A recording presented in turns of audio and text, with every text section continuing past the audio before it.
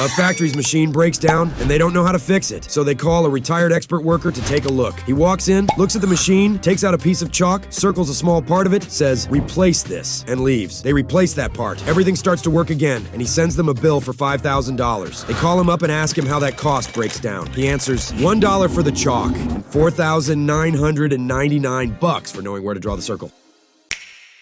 A good-looking cowboy is approached by a pretty woman at a bar. Woman: "Oh my, what a big hat you have." Cowboy: "I'm from Texas, miss, and everything we Texans have is big." Woman: "Oh my, what a big belt buckle you have." Cowboy: "I'm from Texas, miss, and everything we Texans have is big." Woman: "Oh my, what big cowboy boots you have." Cowboy: "I'm from Texas, miss, and everything we Texans have is big." After exchanging certain looks, wink, wink, they disappear into the restroom. A couple of minutes go by, and they both reappear. Woman with disappointment: "I thought you said you were from Texas." Cowboy: "My apologies, miss, but I didn't realize that you're from Texas as well."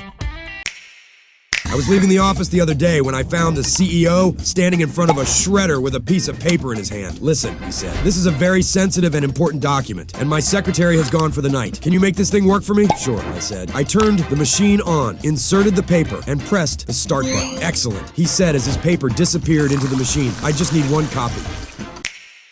A man running late for his once-in-a-lifetime dream job interview is frantically trying to find a parking spot in a packed lot. Time is not on his side, and he starts to panic. In his last-ditch attempt, he turns to the skies and begs, "God, please, help me out here. I'll do anything. I'll quit smoking. I'll stop drinking. I'll donate money to charity." As soon as he finishes his plea, the skies open up, and the bright light shines onto an empty parking space. The man holds up his hand and goes, "Never mind, I found one." My wife asked me what I would do if she dies first. Apparently, the correct answer is not finally show up to things on time. We've been married 33 years. It seems like only yesterday she showed up to the church 20 minutes late. A man jumps the fence into a tiger enclosure, saying God would protect him. He is quickly eaten and finds himself at the pearly gates before God. "Why did you not protect me from the tigers?" the man asks. "I tried to," God replies. "What do you think the fence was for?"